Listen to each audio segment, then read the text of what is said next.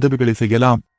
உங்களுக்கு இந்த காணொளி பயன் தரும் தகவலை தந்திருந்தால் லைக் என்ற விருப்பத்தை தெரிவித்து ஊக்கப்படுத்துங்கள். மேலும் இந்த காணொளி பற்றிய உங்கள் கருத்துக்களை மறக்காமல் கமெண்டில் தெரிவியுங்கள். இந்த தகவல் பலருக்கு சென்றடைய மறக்காமல் ஷேர் செய்யவும். உங்களின் தொடர் ஊக்கத்திற்கு நன்றிகள் பல.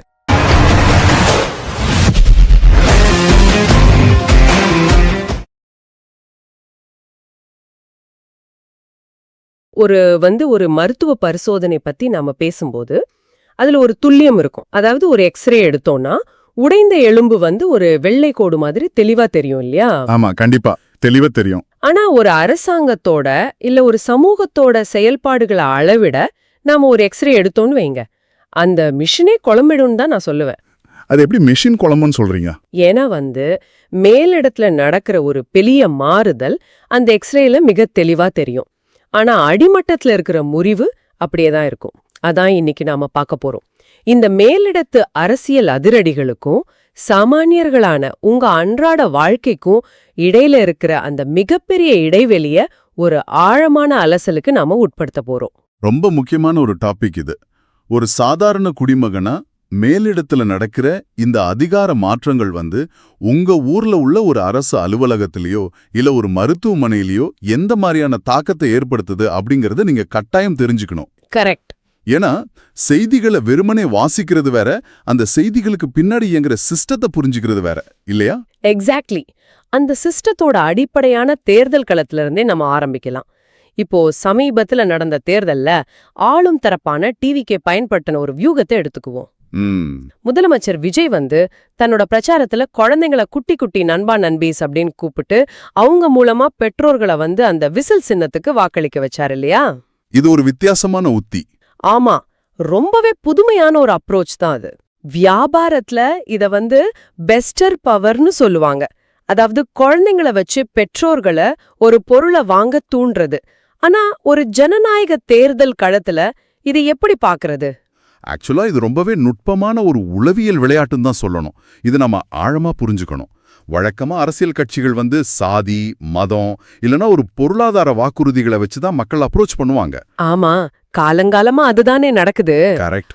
ஆனா இந்த வியூகம் முற்றிலும் மாறுபட்டது. குழந்தைங்க ஒரு விஷயத்தை வீட்டுல திரும்ப திரும்ப சொல்லும்போது பெற்றோர்களால அது அவ்வளவு சீக்கிரம் தட்ட முடியாது. இது ஒரு அறிவுபூர்வமான முடிவை விட உணர்வுபூர்வமான ஒரு பிணைப்பு உருவாக்குது. ஓ, எமோஷனல் கனெக்ட் ஆகுறாங்க. ஆமா. ஆனா இது எந்த அளவுக்கு சட்டப்பூர்வமானது அப்படிங்கறதுல தான் இப்ப பெரிய விவாதமே கிளம்பியிருக்கு. ஆமா, நான் கூட செய்தியில பார்த்தேன். சென்னை உயர்நீதிமன்றம் தேர்தல் ஆணையத்துக்கிட்ட இது சம்பந்தமா விளக்கம் கேட்டு நோட்டீஸ் அனுப்பியிருக்காங்க. ஆனா எனக்கு இதுல ஒரு அடிப்படை சந்தேகம் இருக்கு. என்னது? குழந்தைங்க யாரும் போய் ஓட்டு போட போறதில்லையே, அப்புறம் எப்படி இது தேர்தல் விதியை மீறதா கருதப்படும்? அங்கதான் சட்டத்தோட அந்த சாம்பல் நிறப்பகுதி வருது. அதாவது கிரே ஏரியான்னு சொல்லுவோம் இல்லையா? அது தேர்தல் நடத்தை விதிகளின்படி பாத்தீங்கன்னா வாக்காளர்களை நேர்மையற்ற முறையில செல்வாக்குக்கு உட்படுத்தக்கூடாது. அதாவது அன்டியூ இன்ஃப்ளூயன்ஸ் பண்ணக்கூடாதுங்கிறது ஒரு அடிப்படை விதி. புரியுது. குழந்தைங்க நேரடியாக ஓட்டு போடாட்டியும் அவங்கள ஒரு அரசியல் கருவியா, ஒரு வாக்கு சேகரிக்கும் தூதுவர்களா பயன்படுத்துறது குழந்தை தொழிலாளர் சட்டங்களுக்கும் தேர்தல் நெறிமுறைகளுக்கும் முரணானதா அப்படிங்கிற கேள்வி இப்ப வருது. அப்போ இது தேர்தல் ஆணையத்துக்கே ஒரு புது சவால் தான். கண்டிப்பா. ஒரு பிரச்சாரத்துக்கு எந்த வயதினரை பயன்படுத்தலாம், எதை பேசலாம் அப்படிங்கறதுக்கான ஒரு புது சட்ட முன்னுதாரணத்தை இந்த வழக்கு உருவாக்க வாய்ப்பு இருக்கு. ரொம்ப இன்ட்ரெஸ்டிங்கா இருக்கு. இந்த மாதிரி மாநில அளவுல நடக்கிற வித்தியாசமான வியூகங்கள் எப்படி மாநில எல்லைகளை தாண்டி எதிரொலிக்குது அப்படிங்கறது இன்னொரு சுவாரஸ்யமான விஷயம். அது எப்படி சொல்றீங்க? இல்ல, இப்போ காங்கிரஸ் தலைவர் பிரவீன் சக்கரவர்த்தி ஹரியானாவுல உள்ள அசோகா பல்கலைக்கழகத்துக்கு போயிருக்காரு. அங்க பாத்தீங்கன்னா வட இந்திய மாணவர்கள் முதலமைச்சர் விஜயோட அந்த ஜனநாயகன் பாட்டை போட்டு கொண்டாடி இருக்காங்க. ஓ, நிஜமாவா? ஆமா, அது மட்டும் இல்லாம சில வட இந்திய பத்திரிகைகள்ல இவரை தேசிய அளவிலான தலைவர்களுக்கு நிகரா சித்தரித்து எழுதுறாங்களாம். பிரவீன் சக்கரவர்த்தியே இது தன்னுடைய சோஷியல் மீடியாவுல ரொம்ப சந்தோஷமா ஷேர் பண்ணிருக்காரு. இது ஒரு மாநில தலைவருக்கு கிடைக்கிற அசாதாரணமான வெளிச்சம்னு சொல்லலாமா?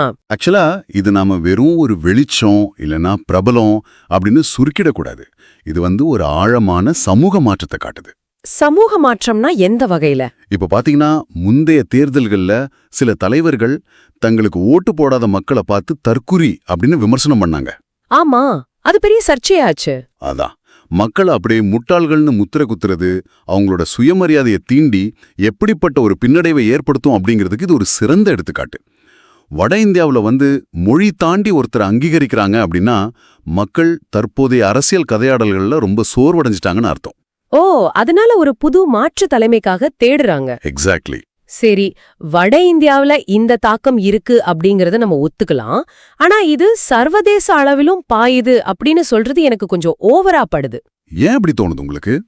இல்ல, இப்போ 88 நாட்களா இலங்கை சிறையில வாடுற 12 ராமேஸ்வரம் மீனவர்களை விடுவிக்க கோரி மதுரை ராமேஸ்வரம் நெடுஞ்சாலையில போராட்டம் நடக்குது. முதலமைச்சர் விஜய் கச்சத்தீவு பத்தி பேசினாருங்கிறதுக்காக இலங்கை அதிபர் அனுரகுமார திசநாயக்க கச்சத்தீவை நேர்லயே போய் பார்வையிடுறாருன்னு செய்திகள் வருது. இது நிஜமாவே ஒரு மாநில முதலமைச்சரோட குரலுக்கு கிடைச்ச ராஜதந்திர வெற்றியா என்ன? இங்க நாம கொஞ்சம் யதார்த்தமா, அதாவது சிஸ்டமிக் ரீதியா யோசிக்கணும். இது ஒரு நேரடி ராஜதந்திர வெற்றின்னு நம்ம முழுசா சொல்லிட முடியாது. அப்புறம் எப்படி எடுத்துக்கிறது இத? ஏன்னா மீனவர் பிரச்சனை அப்படிங்கிறது 2 இறையாண்மை உள்ள நாடுகளுக்கு இடையிலான ஒரு வெளியுறவு கொள்கை சம்பந்தப்பட்ட விஷயம். இத இந்திய பிரதமரோ இல்ல வெளியுறவுத்துறை அமைச்சரோ தான் அதிகாரப்பூர்வமா கையாள முடியும். கரெக்ட். மாநில அரசுக்கு அதுல நேரடி அதிகாரம் இல்ல. ஆமா.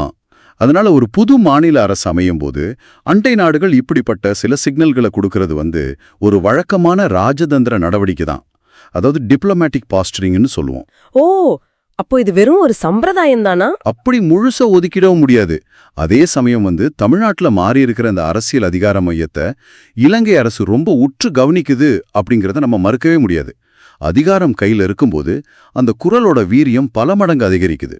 அந்த அதிகாரத்தோட ஈர்ப்பு விசை தான் இதை சாத்தியப்படுத்துது. ஆமா, அந்த அதிகார மையத்தை பத்தி தான் நாம அடுத்து பேசலாம். புதிய அரசோட அமைச்சரவை அமைக்கப்பட்ட விதம் ஒரு பக்கம் பரவலா பேசப்பட்டுட்டு இருக்கு.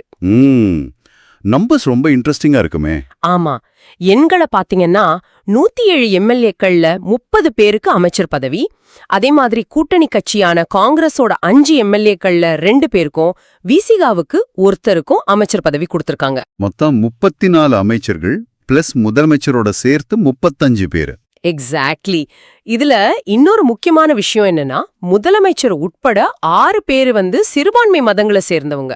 இந்த எண்களுக்கு பின்னாடி இருக்கிற வியூகம் என்னவா இருக்கும்? இந்த எண்களை நாம வெறுமனே ஒரு நியூஸா பார்க்க கூடாது. அதுக்கு பின்னாடி இருக்கிற அதிகார பகிர்வை நாம கவனிக்கணும். ஓகே. ஒரு புது அரசு அமையும் போது அவங்க எதிர்கால தேர்தல்களை மனசுல வச்சுதான் காய்களை நகர்த்துவாங்க. இப்ப காங்கிரஸுக்கும் விசியாவுக்கும் அமைச்சரவையில இடம் கொடுத்ததன் மூலமா வரக்கூடிய உள்ளாட்சி தேர்தல்களுக்கான கூட்டணியை இப்போதே அவங்க அமைப்பு ரீதியா ரொம்ப வலுவப்படுத்துறாங்க. ஒரு லாங் டேர்ம் பிளான். ஆமா. அப்புறம் அந்த சிறுபான்மை பிரதிநிதித்துவம் அப்படிங்கிறது எல்லா தரப்பு மக்களையும் உள்ளடக்கிய, அதாவது ஒரு இன்க்ளூசிவ் ரெப்ரசன்டேஷன் பிம்பத்தை உருவாக்குறதுக்கான தெளிவான அரசியல் நகர்வு. அப்படியானால் இந்த ஆட்சிக்கு ஆதரவு கொடுத்த அதிமுகவினர் இதை எப்படி பாக்குறாங்க?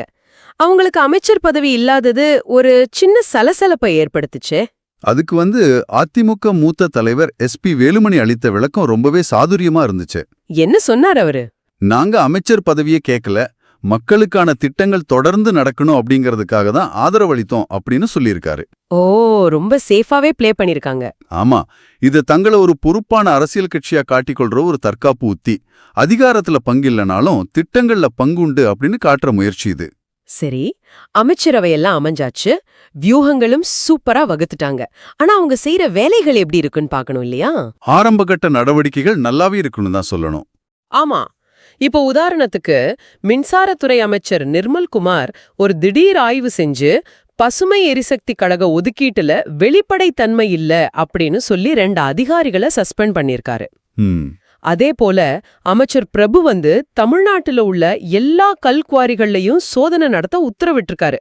சட்டவிரோத குவாரிகளால அரசுக்கு ஏற்பட்ட இழப்பு என்ன, அந்த சேஃப்டி மேன்களும் என்ன பண்ணிட்டு இருந்தாங்க அப்படின்னு கேள்வி எழுப்பியிருக்காரு. இந்த 2 விஷயங்களையும் நம்ம கவனிக்க வேண்டிய ஒரு பொதுவான அம்சம் பொறுப்பு கூறல், அதாவது அக்கவுண்டபிலிட்டி. ஆமா, முன்னாடி எல்லாம் இப்படி நடக்காதுல்ல. அதான், முன்னாடி எல்லாம் அமைச்சர்கள் ஆய்வு செய்வாங்க, அது சும்மா பத்திரிகைகள்ல செய்தியா வரும், அதோட முடிஞ்சிடும். ஆனா இப்போ நேரடியாக அதிகாரிகளை சஸ்பெண்ட் செய்யறது ஒரு புதிய நிர்வாக அணுகுமுறை. கரெக்ட். அதுலயும் குறிப்பா இந்த கல்குவாரி விவகாரம் ரொம்ப முக்கியமானது. அங்க கண்காணிப்புல ஈடுபட வேண்டிய அந்த சேஃப்டி மேன் குழு என்ன செஞ்சிட்டு இருந்தாங்க அப்படின்னு அமைச்சர் நேரடியாக கேள்வி கேட்கிறாரு. இது சிஸ்டத்துல உள்ள ஓட்டைகளை அடைக்கிற ஒரு பெரிய முயற்சி. இந்த குவாரி விஷயத்துல எனக்கு ஒரு ஆச்சரியம் என்னன்னா, இயற்கையை அழிச்சு பணம் சம்பாதிக்கிறது ரொம்ப சுலபம். ஒரு மலையை உடைச்சு வித்துடலாம். ஆனா அந்த மலை உருவாக பல கோடி வருஷங்கள் ஆயிருக்கும். அதுக்கான அபராதத்தை வசூலிக்கிறது மட்டும் ஒரு நிரந்தர தீர்வாகிடுமா என்ன? நீங்க கேக்குறது மிகச் சரியான கேள்வி. அதுதான் இங்க உள்ள நிஜமான சிக்கலே. இயற்கை வளங்களை அழிக்கிறது அப்படிங்கிறது ஒரு மீள முடியாத இழப்பு. அதை நீங்க எந்த பணத்தாலும் ஈடு செய்யவே முடியாது. அப்புறம் இந்த அபராதம் சோதனைகள் எல்லாம் எந்த அளவுக்கு பயன்படும்? இது ஒரு தடுப்பு நடவடிக்கை தான். சட்டவிரோத குவாரிகள் மேலான இந்த அதிரடி நடவடிக்கைகள் இனிமேல் இப்படி தப்பா நடந்தா தப்பிக்க முடியாது அப்படிங்கிற ஒரு அச்சத்தை அதிகாரிகள் மத்தியிலையும் ஒப்பந்ததாரர்கள் மத்தியிலையும் உருவாக்கும். ஒரு சிஸ்டத்தை சரி செய்ய இந்த முதல் கட்ட பயம், அதாவது டிட்டரன்ஸ், கட்டாயம் அவசியம். நீங்க சிஸ்டம் சரி செய்யப்படுறத பத்தி சொல்றீங்க. மேலிடத்துல பொறுப்பு கூறல், அதிரடி நடவடிக்கைகள், வெளிப்படைத்தன்மை எல்லாம் கேட்கறதுக்கு ரொம்பவே நல்லாதான் இருக்கு. ஆனா நம்ம ஆரம்பத்துல பார்த்த அந்த எக்ஸ்ரே உருவகத்துக்கு நான் திரும்ப வரேன். சொல்லுங்க. மேலிடத்துல இவ்வளவு விஷயங்கள் நடக்கும்போது அடிமட்டத்துல ஒரு சாமானியன் அரசு அலுவலகத்துக்கு போனா நிஜத்துல அங்க என்ன நடக்குது?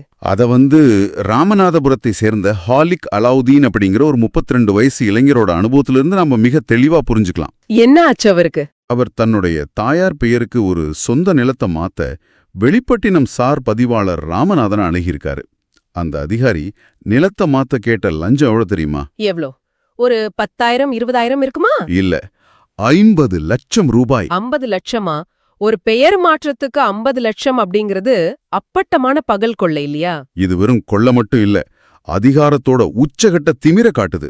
இதுல கவனிக்க வேண்டிய ரொம்ப அதிர்ச்சியான விஷயம் என்னன்னா, ஹாலிக் 3 லட்சம் ரூபாயை நேரடியாக அந்த அதிகாரி ராமநாதனோட பேங்க் அக்கவுண்டுக்கு அனுப்பியிருக்காரு. பேங்க் அக்கவுண்டுக்கா? அடப்பாவுமே. ஆமா, ஒரு அதிகாரி லஞ்ச பணத்தை வெளிப்படையா தன் வங்கி கணக்குல வாங்குறாருன்னா அந்த சிஸ்டத்துல அவருக்கு எதை பத்தியும் பயம் இல்லைன்னு தான் அர்த்தம். நிச்சயமா பயம் துளியும் இல்லைன்னு தான் அர்த்தம். அப்புறம் மீதி பணத்தை என்ன பண்ணாங்க? அப்புறம் பேரம் பேசி மீதி 15 லட்சத்தை தர சென்ற போதுதான் லஞ்ச ஒழிப்பு போலீசார்கள் கிட்ட ரசாயன பவுடர் தடவை நோட்டுகளோட அவங்க கையும் களவுமா பிடிபட்டிருக்காங்க. இந்த 50 லட்சம் ரூபாய் ஊழல் அப்படிங்கிறது பெரிய அளவுல நடக்கிற ஒரு வங்கி திருட்டு மாதிரி. அது ரொம்ப சத்தமா நடக்கும், செய்திகள்ல தலைப்புச் செய்தியா வந்துரும். ஆனா எனக்கு இன்னொரு விஷயம் தான் ரொம்ப கோபத்தை வரவழைக்குது. எது? அந்த ஈரோடு மருத்துவமனை சம்பவமா?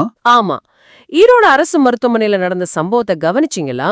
ஒரு பெண் ஆதார் முகவரியை மாத்துறதுக்காக ஒரு டாக்டரோட கையெழுத்து பெற மருத்துவமனைக்கு போறாங்க. அங்க ஒரு நபருக்கு 300 ரூபாய் வீதம், 3 பேருக்கு 900 ரூபாய் லஞ்சம் கேட்டிருக்காங்க.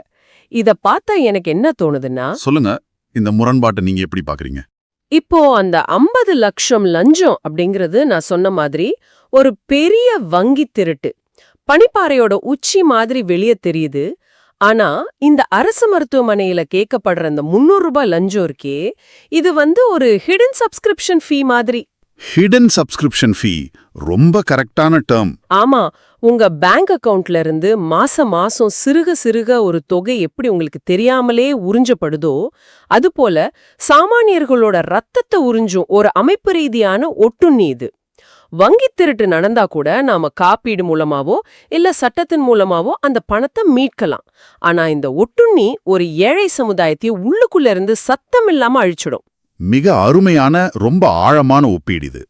நீங்க சொன்னது 100க்கு 100 உண்மை.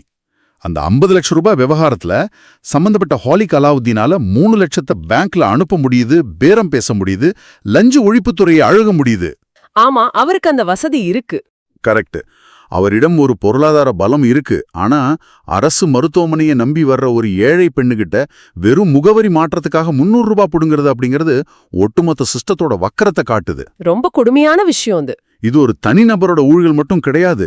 அந்த மருத்துவமனையில கீழ்மட்ட ஊழியர்ல இருந்து பலருக்கும் இதுல கட்டாயம் பங்கு இருக்கலாம். ஒரு சாமானியன் அரசு இயந்திரத்தின் மேல வச்சிருக்கிற நம்பிக்கைய இந்த 300 ரூபாய் தான் ஒட்டுமொத்தமா சிதைக்குது.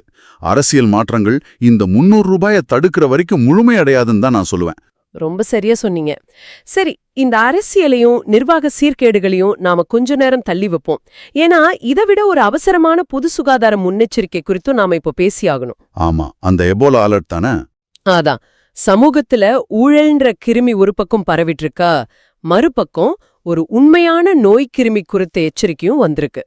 மத்திய அரசு அனைத்து மாநில அரசுகளுக்கும் எபோலா கிருமி பரவல் குறித்து முன்னெச்சரிக்கை பணிகளை தீவிரப்படுத்த ஒரு அவசர உத்தரவை பிறப்பிச்சிருக்காங்க. தமிழ்நாடு சுகாதாரத்துறையும் இத மாநிலத்துல அமல்படுத்துறத அதிகாரப்பூர்வமா அறிவிச்சிருக்காங்க. இத நம்ம எப்படி புரிஞ்சுக்கிறது? திரும்பவும் ஒரு கொரோனா மாதிரி நம்ம ரொம்ப பயப்படணுமா? இல்ல நேயர்கள் பயப்படுறதை விட இந்த தகவல்களை ரொம்ப தெளிவா அறிவியல் பூர்வமா புரிஞ்சுக்கணும். உலக சுகாதார நிறுவனம் அதாவது WHO இந்த எபோலா பரவல சர்வதேச அளவிலான கவலைக்குரிய விஷயம்னு மட்டும்தான் அறிவிச்சிருக்காங்க. ஓ, சர்வதேச கவலைக்குரிய விஷயம்னா? அதாவது இன்டர்நேஷனல் கன்சர்ன். இதை இன்னும் உலக பெருந்தொற்றாக அதாவது குளோபல் பேண்டமிக்கா அவங்க அறிவிக்கல. இது ரெண்டுக்கும் தொழில்நுட்ப ரீதியா பெரிய வித்தியாசம் இருக்கு. அந்த வித்தியாசத்தை நேயர்களுக்கு கொஞ்சம் விளக்கமா சொல்ல முடியுமா? கட்டாயமா.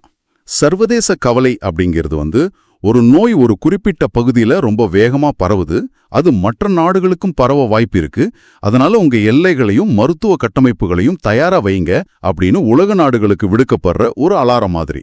ஓகே, ஒரு முன்னெச்சரிக்கை வார்னிங். ஆமா, கதவை சாத்த சொல்றதுக்கு முன்னாடி கொடுக்கிற முன்விசை. ஆனா பெருந்தொற்று அப்படிங்கிறது அந்த நோய் பல கண்டங்கள்ல பரவி மனிதர்களோட அன்றாட வாழ்க்கையை முழுமையா முடக்கிடுச்சு அப்படிங்கிறதுக்கான அறிவிப்பு. ஓ, அப்போ பேண்டமிக்னா தான் ரொம்ப ஆபத்து. அப்படியானால் இப்போ நம்ம மாநில அரசு எடுத்திருக்கிற நடவடிக்கைகள் வெறும் தடுப்பு நடவடிக்கைகள் தான் இல்லையா? ஆமாம். ஆனா இது நிர்வாகத்தோட முதிர்ச்சியை காட்டுது. ஒரு நோய் பெருந்தொற்றா மாறிய பிறகு மருத்துவமனைகள்ல படுக்கைகளை தேடி ஓடுறது ரியாக்டிவ் அணுகுமுறை. ஆமா, கொரோனா அப்போ நாம அதான பட்டோம். கரெக்ட். ஆனா அது ஒரு சர்வதேச கவலையா இருக்கும்போது விமான நிலையங்கள்ல கண்காணிப்பை தீவிரப்படுத்துறது, மருத்துவ கட்டமைப்புகளை தயார் நிலையில வைக்கிறது அப்படிங்கிறது ப்ரோஆக்டிவ் அணுகுமுறை. முன்கூட்டியே தயாரா இருக்கிறது. அதான் கொரோனா நமக்கு கத்துக் கொடுத்த பெரிய பாடமே இதுதான். நம்ம முன்கூட்டியே தயார் நிலையில இருக்கணும். இது அரசோட சுகாதார கட்டமைப்பு எவ்வளவு விழிப்பா இருக்கு அப்படிங்கறதே நமக்கு காட்டுது. ஆஹா, இன்னைக்கு நாம பல முக்கியமான தரவுகளை ரொம்ப விரிவாவே அலசியிருக்கோம். அரசியல் களத்துல குழந்தைங்களை பயன்படுத்தின அந்த புதுமையான வியூகம், அதோட உளவியல் மற்றும் சட்ட சிக்கல்கள் குறித்து பார்த்தோம். ஆமா, அண்டை மாநிலங்கள் மற்றும் அண்டை நாடுகள் வர அந்த அரசியல் அதிகாரத்தோட அதிர்வலைகள் எப்படி சென்றடையுது அப்படிங்கறதையும் புரிஞ்சுக்கிட்டோம். புதிய அமைச்சரவையோட பொறுப்பு கூறலும் கல்குவாரி போன்ற விவகாரங்கள்ல அவங்க காட்டுற அதிரடியையும் பார்த்தோம். அதே சமயம் 50 லட்சம் ரூபாய் முதல் 300 ரூபாய் வரை சாமானியன துரத்துற அந்த லஞ்ச ஒட்டுணிகள் எப்படி இந்த சிஸ்டத்தை அரிக்குது அப்படிங்கறதையும், இறுதியா எபோலா முன்னெச்சரிக்கை குறித்தும் நம்ம தெரிவா பார்த்திருக்கோம். நீங்க கவனிச்சீங்கன்னா இது எல்லாமே ஒண்ணுக்கொன்னு தொடர்பில்லாத போலதான் நமக்கு தோணும். ஆனா அதிகாரம் எப்படி பயன்படுத்தப்படுது, அந்த அதிகாரம் சாமானியனை எப்படி சென்றடையுது அப்படிங்கிற ஒரு மையப்புள்ளியில இது எல்லாமே இணையுது. கண்டிப்பா. அந்த மையப்புள்ளியில இருந்து தான் இந்த ஆழமான அலசலை நாம இப்ப நிறைவு செய்ய போறோம். நேர்களே, உங்களுக்கு ஒரு முக்கியமான சிந்தனையை நாங்க விட்டுக்கொள்றோம். ஒரு மாநிலத்துல உச்சபட்ச அரசியல் மாற்றங்கள் நடக்கும்போது அதோட தாக்கம் அண்டை நாடான இலங்கை வரையோ அல்லது வட இந்திய மாநிலமான ஹரியானா வரையோ ரொம்ப வேகமா பரவுது அப்படின்னு நாம பார்த்தோம். ஆமா. ஆனா அதே அரசியல் மாற்றத்தோட நேர்மையான தாக்கம் உங்க ஊர்ல உள்ள ஒரு சாதாரண அரசு மருத்துவமனையில ஒரு ஏழையிடம் கேட்கப்படுற அந்த 300 ரூபாய் லஞ்சத்தை ஒழிக்கும் அளவுக்கு அடிமட்டத்துக்கு கீழ்நோக்கி சேர எவ்வளோ காலம் பிடிக்கும்? அல்லது இந்த மேலிடத்து அரசியலும் அடிமட்ட ஊழலும் ஒன்றோடு ஒன்று சம்பந்தமே இல்லாத தனித்தனி தீவுகளா? இதை நீங்களே கொஞ்ச நேரம் சிந்தித்து பாருங்க. உங்களோட நேரத்துக்கு ரொம்ப நன்றி. தொடர்ந்து இந்த மாதிரி பல விஷயங்களை நாம அலசுவோம்.